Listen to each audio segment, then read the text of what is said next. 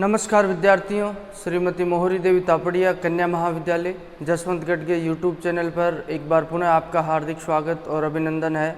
मैं प्रवक्ता चंद्र प्रकाश गुर्जर। आज की क्लास हमारी बीए प्रथम वर्ष के छात्रों हेतु इतिहास विषय की होगी। इतिहास विषय के दौरान जो निरंतर हम प्राचीन भारत के इतिहास के तहत मौर्योत्तर काल को पढ़ रहे, यानी मौर्य काल के पश्चात होने वाले शासकों के बारे में पढ़े, कौन कौन से वंश के शासकों के द्वारा अध्ययन किया जाए, जिसके तहत हमने शक शासकों के बारे में पढ़ा। तो शक शासकों की अगर बात की जाए, शक शासकों के पश्चात किन के द्वारा शासन किया जाता है, जिसमें हम आज बात करें क्षयरात वंश की। जैसा कि हमने देखा, शक शासक है जो उनकी केंद्रीय सतह कमज़ोर हो जाती है, उसके पश्चात जो इनके जो प्रांतों के अधिकारी होते हैं उन्हीं के द्वारा जो शासन किया जाता है लंबे समय तक। उसके प्रमुख 4 केंद्रों के बारे में हमने बात की थी, जिसके तहत तो हमने जो उत्तरी भारत के क्षत्रप होते हैं, इनके जो क्षत्रपों के बारे में हमने बात की। क्षत्रप कौन होते हैं? जो ये जो प्रांत के पति होते हैं, ठीक है, जो सूबेदार की तरह होते हैं, ठीक है। इनकी जाति के बारे में हमने जिक्र किया। तो ये कौन होते हैं? मूलतः शकों के ही जो परिवारजन होते हैं उन्हीं के वंश से संबंधित होते हैं। तो शक सत्ता जैसे ही शकों की केंद्रीय सत्ता कमज़ोर बनती है, तो इनके द्वारा जो अलग अलग क्षेत्रों में अपनी शासन सत्ता स्थापित कर ली जाती है, जिसके तहत उत्तरी भारत के क्षत्रपों के बारे में हमने बात की थी। और आज हम बात करने वाले पश्चिमी भारत के क्षत्रपों। पश्चिमी भारत के क्षत्रपों की बात की जाए तो हमें यहाँ 2 वंश के शासकों का शासन मिलता है, जिसके तहत एक तो क्षयरात वंश के शासक होते हैं, क्षयरात वंश, और उसके पश्चात बात की जाए तो एक कौन होते हैं, जो अपने जो मालवा के क्षत्रप होते हैं। बात की जाए तो चष्टन वंश भी जिसे कह सकते हैं, चष्टन के द्वारा जिसकी स्थापना की जाती है।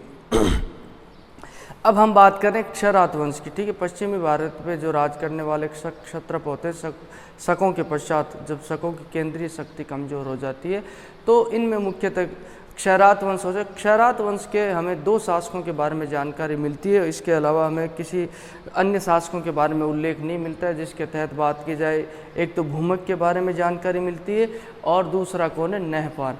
इन 2 ही शासकों का उल्लेख हमें क्षयरात वंश के तहत मिलता है।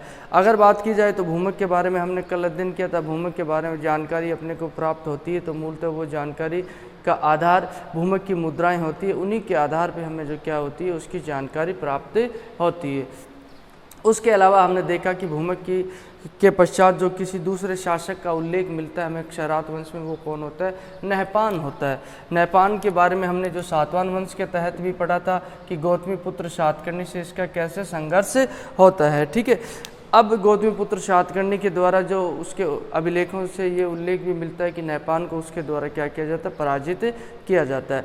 तो ये नहपान अगला क्षयरात वंश का शासक होता है, और इसके द्वारा जो इसकी शासनावधि को लेकर काफ़ी इतिहासकारों में मतभेद है। फिर भी जो एक प्रयास उनके द्वारा किया जाता है, तब उसके शासनावधि को निर्धारित किया गया 119 से 124 ईस्वी सन, ठीक है। ईस्वी सन है ये, न कि जो ईस्वी पूर्व की घटना। ईस्वी सन प्रथम जो शताब्दी शुरू हो जाती है ईस्वी सन की, तब की बात है। उसके पश्चात द्वितीय शताब्दी की बात है, ठीक है। द्वितीय शताब्दी के पूर्वार्ध में ये शासक होता है।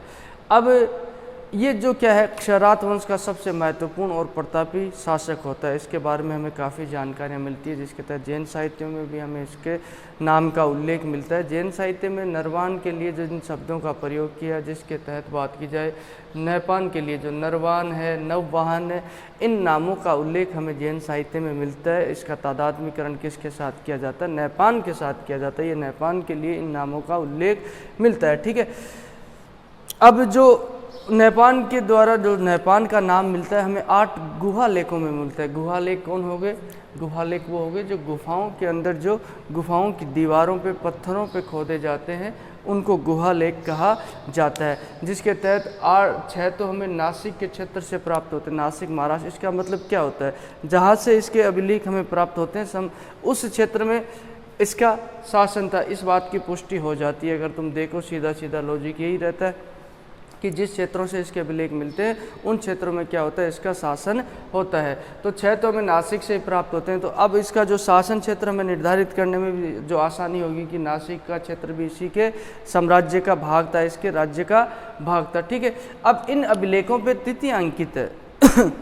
इन तिथियों के आधार पर ही जो इसकी शासन अवधि का निर्धारण किया जाता है, और ये तिथियां हैं। अब ये तिथि है, ये बात इतिहासकारों में और मतभेद देखने को मिलता है। ये बात निर्धारित नहीं हो पाती है कि ये तिथियां कौन से संवत की है। संवत की तुम बात करो तो विक्रम संवत भी है और तुम्हारे शक संवत भी है। अब इस बात को लेकर काफ़ी मतभेद है कि ये संवत कौन सा है। अगर संवत विक्रम संवत हो तो इसका शासनकाल की अवधि जो पूरी की पूरी जो उसमें फ़र्क आ जाए, क्योंकि विक्रम संवत की शुरुआत कब होती है, 57 ईस्वी पूर्व में होती है, विक्रमादित्य के द्वारा शुरू की जाती है। अब कुछ के द्वारा कहा जाता है कि ये शक संवत है। शक संवत की अगर तुम बात करो तो शक संवत है जो 78 ईस्वी सन में शुरू होता है, और इनमें तुम देखो सीधे सीधे जो 135 वर्षों का फर्क रहता है। ठीक है, ये शक संवत विक्रम संवत मैंने आपको भली भांति पढ़ाया है, आपको याद होगा। ठीक है, क्लास के दौरान। तो अब ये तिथियों को लेकर जो मतभेद है, फिर भी इनकी तिथियों का निर्धारण किया जाता है, और इतिहासकारों का एक जो सर्वमत ज़्यादातर देखने को मिलता है वह देखने को मिलता है कि ये तिथि जो ये संवत होता है इनका, कौन तिथियों का संवत, ये शक संवत ही होता है। अब इसके आधार पे उन्होंने कई तर्क भी दिए हैं कि ये शक संवत क्यों होता है, जिसके तहत इनके द्वारा कहा गया है कि जो नासिक अभिलेख मिलता है नहपान का में, जिसमें नहपान का उल्लेख मिलता है, नासिक अभिलेख में जो स्वर्ण मुद्राओं का विवरण किया गया है। और स्वर्ण मुद्राओं की अगर बात की जाए तो स्वर्ण मुद्राओं की शुरुआत किसके द्वारा की जाती है भारत में, ये प्रतियोगिता परीक्षा की दृष्टि से भी काफ़ी महत्वपूर्ण प्रश्न है कि भारत में स्वर्ण मुद्राओं की शुरुआत जो कुषाण शासकों के द्वारा की जाती है, और कुषाण शासक कनिष्क के द्वारा ही शक संवत का जो शुरुआत की जाती है। तो ये अनुमान इनके द्वारा लगाया जाता है कि संभवतः ये कुषाण शासकों के पश्चात ही नहपान क्या बनता है, शासक बनता है। अब जो इसके बारे में अपने को अगर बात की जाए, तिथि नहपान के नाम के उल्लेख के साथ जो तिथि मिलती है, तो नहपान की जो प्रथम तिथि मिलती है वो हमें 41 मिलती है। ठीक है, 41। ठीक है, अब ये शक संवत है, अब मान लेते हैं शक संवत है, तो शक संवत में क्या करेंगे हम, 78 जोड़ देंगे तो 119 आ जाएंगे। शक संवत का प्रारंभ होता है 78 ईस्वी में, और यहाँ 78 ईस्वी में यानी यहाँ इसकी एक की गणना होगी यहाँ से, तो इसमें 78 जोड़ेंगे तो अगर बात की जाए अपने क्या आ जाएगा, 119 ईस्वी की बात है जब इसके शासन से संबंधित प्रथम तिथि का उल्लेख मिलता है। और इसके शासन से संबंधित अंतिम तिथि का उल्लेख की बात की जाए तो ये 46 हमें मिलता है। ठीक है, 5 वर्षों का ही फर्क, 6 वर्षों का फर्क हमें देखने को मिलता है अगर बात की जाए तो। अब 5 वर्षों के फर्क में ये अंतिम तिथि यही मिलती है इसके नाम की। हो सकता है इसके समय, इस समय पश्चात इसका शासन क्या हो जाता है, समाप्त हो जाता है, इसके साम्राज्य का क्या हो जाता है, अंत हो सकता है, यही बात अनुमान लगाया जा सकता है। क्योंकि अगर इसके द्वारा आगे शासन किया हुआ होता तो हमें आगे की तिथि का भी उल्लेख मिलता, 46 के पश्चात 47 है, 48 है, या इसने मान लो 53 तक किया तो 53 का, लेकिन 46 के बाद उल्लेख नहीं मिलता। 46 में अगर 78 जोड़ दिया जाए तो 124 ईस्वी आता है। इसका मतलब ये हुआ कि 124 ईस्वी तक, यानी लगभग इसके द्वारा 5 वर्षों के शासनकाल की अवधि की हमें जानकारी प्राप्त होती है। तो यही उल्लेख मिलता है, और कहा जाता है कि नहपान के द्वारा जो सातवान वंश के शासकों को पराजित करके और सातवान राज्य के जो क्षेत्र है उन क्षेत्रों पर अधिकार कर लिया जाता है। अब इसके शासन से संबंधित क्षेत्रों की, अगर इसके साम्राज्य में कौन कौन से क्षेत्र थे उनका उल्लेख किया जाए तो हमें ये देखने को मिलता है कि अजमेर का क्षेत्र इसी के राज्य का भाग था, काठियावाड़ है, गुजरात है, पश्चिम मालवा है, नासिक, पुणे, ये जो क्या है इसी के राज्य के क्षेत्र थे, इसी के राज्य में साम्राज्य में सम्मिलित क्षेत्र थे अगर बात की जाए तो। अब अधिकतर क्षेत्र इनमें से जो इसके द्वारा जब सातवान वंश के शासकों की शक्ति क्षीण हो जाती है, कमज़ोर हो जाती है, तो उन परिस्थितियों में इसके द्वारा सातवान वंश के शासकों से क्या कर लिया जाता है, छीन लिया जाता है। एक नासिक अभिलेख मिलता है जिसमें उसावदात का उल्लेख मिलता है। ये उसावदात कौन होता है, इस नहपान का दामाद होता है।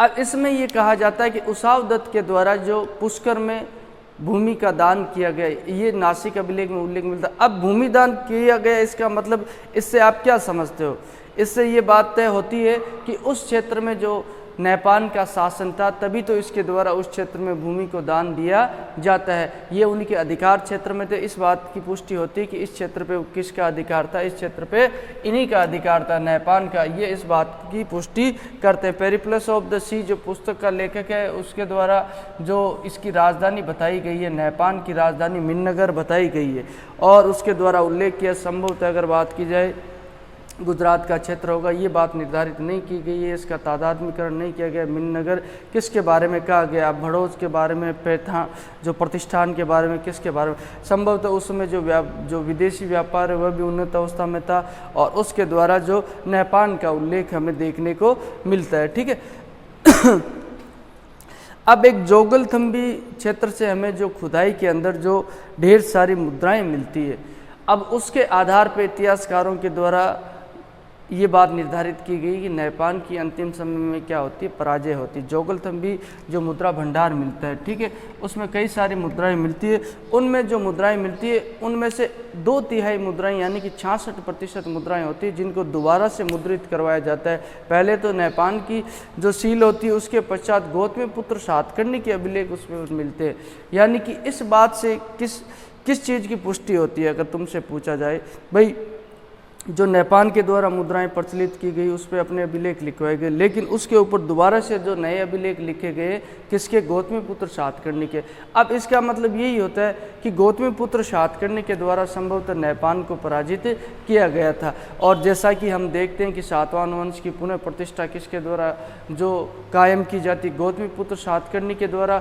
जो 100 वर्षों का उनका अंधकारमय युग होता है, उसके पश्चात गौतमीपुत्र सातकर्णी जैसा महान प्रतापी शासक होता है जिसके द्वारा जो शकों को और उसके अलावा बात की जाए शकों को पुनः पराजित करके जो अपने वंश के गौरव को पुनर्स्थापित किया जाता है। तो इस बात का उल्लेख इस जोगलथम्बी मुद्रा भंडार से इस बात की पुष्टि होती है कि नेपान को अंतिम समय में गौतमीपुत्र सातकर्णी के द्वारा संभवतः पराजित किया जाता है। तो ये कहानी रहती है नेपान की।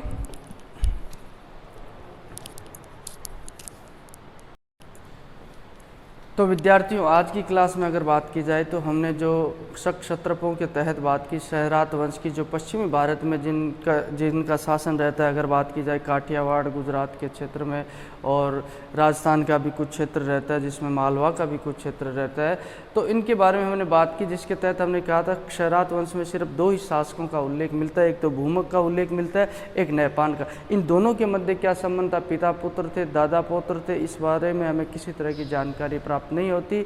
नेपा भूमक के बारे में हमने पिछली क्लास में पढ़ा था, आज नेपान के बारे में पढ़ा है। नेपान इस वंश का महान और प्रतापी शासक होता है जिसके द्वारा जो सातवाहन वंश के शासकों से काफ़ी क्षेत्र को जीतकर अपने साम्राज्य का क्या किया जाता है, विस्तार किया जाता है। इसके शासन अवधि की बात की जाए तो हमें 119 से 124 ईस्वी सन तक इसकी शासन अवधि का उल्लेख मिलता है। इसके अभिलेखों के माध्यम से हमें जानकारी प्राप्त होती है और इसका उल्लेख जो जैन साहित्य में भी देखने को मिलता है। उसके अलावा कई अभिलेख है, गुहा अभिलेख है, उसमें जो नेपान का उल्लेख मिलता है, जिससे हमें जो क्षरात वंश के शासक नेपान के बारे में जानकारी मिलती है। जोगलथम्बी जो मुद्रा भंडार भी मिलता है जिससे इस बात की पुष्टि होती है कि गौतमीपुत्र सातकर्णी के द्वारा इसे अंतिम समय में क्या किया जाता है, पराजित किया जाता है। तो ये कहानी रहती है नेपान की। बोलिए यहाँ तक आपको कोई चीज़ समझ में नहीं आई हो, किसी तरह की समस्या हो, शंका हो तो आप निसंकोच पूछ सकते हो। आपके पास जो शैक्षणिक व्हाट्सएप ग्रुप प्लेटफॉर्म अवेलेबल है उसके माध्यम से आप अपनी बात मुझ तक पहुँचा सकते हो और मैं उम्मीद करता हूँ, आशा करता हूँ कि बेहतर तरीके से आपको समझ में आया होगा। तो आज की क्लास के लिए बस इतना ही। सभी विद्यार्थियों का एक बार पुनः बहुत बहुत धन्यवाद।